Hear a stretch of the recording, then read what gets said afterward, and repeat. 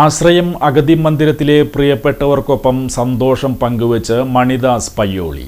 വേദനിക്കുന്ന സുമനസ്സുകൾക്ക് ഒരു കൈത്താങ്ങാവുന്നതിന് ആശ്രയത്തിലെ അച്ഛനമ്മമാർക്കൊപ്പം ആടിയും പാടിയും അവരുടെ സന്തോഷത്തിൽ പങ്കുചേരുവാനാണ് പ്രശസ്ത കലാകാരൻ മണിദാസ് പയ്യോളി എത്തിയത്.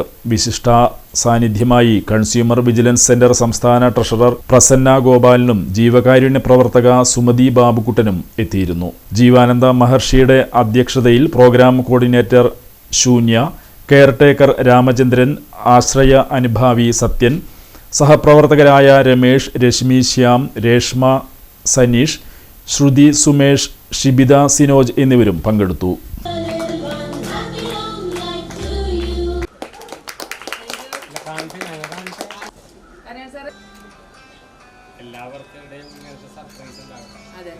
പ്രിയങ്കരനായ നമ്മുടെ മനോജ് എഞ്ചിനീയറാണ് ബാക്കി കാര്യങ്ങൾ നോക്കുന്നത്. അദ്ദേഹം അവിടെ കിണറെല്ലാം കുത്തിയിട്ടുണ്ട്, ഇലക്ട്രിസിറ്റി വന്നിട്ടുണ്ട്, വെള്ളം ചെറിയൊരു താഴ്ത്തിൽ തന്നെ നമുക്ക് വെള്ളം കാണാൻ കഴിഞ്ഞു. ധന്യമായിട്ട് ആ പണി ആരംഭിച്ചിട്ടുണ്ട്.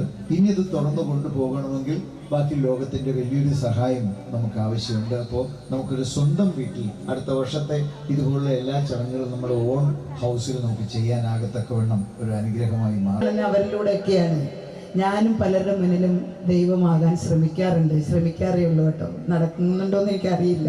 പലരും എന്നെ കാണുമ്പോൾ ദൈവത്തെ പോലെ തരാറുണ്ട്. ഞാൻ കൈ മടക്കി വെക്കാറുണ്ട്. ഞാൻ പറയില്ല, അങ്ങനെ ചെയ്യണ്ട, ഞാനൊരു കർമ്മം മാത്രം ചെയ്തു, എനിക്ക് എന്നിൽ അർപ്പിതമാകുന്ന കർമ്മങ്ങളുണ്ട്. അതുപോലെ നമ്മുടെ ഗുരുജി, നമ്മുടെ മാം എവിടെ ഇരിപ്പുണ്ട്, മാമും ഒക്കെ നിങ്ങൾക്ക് വേണ്ടി കർമ്മം ചെയ്തിട്ടാണ് നിങ്ങളെല്ലാവരും ഇന്നിവിടെ സന്തോഷത്തോടും സമാധാനത്തോടും കഴിയുന്നതെന്ന് എനിക്കറിയാം. അതുപോലെ കുറേ പ്രവർത്തനങ്ങൾ ഞാനും ചെയ്യുന്നു.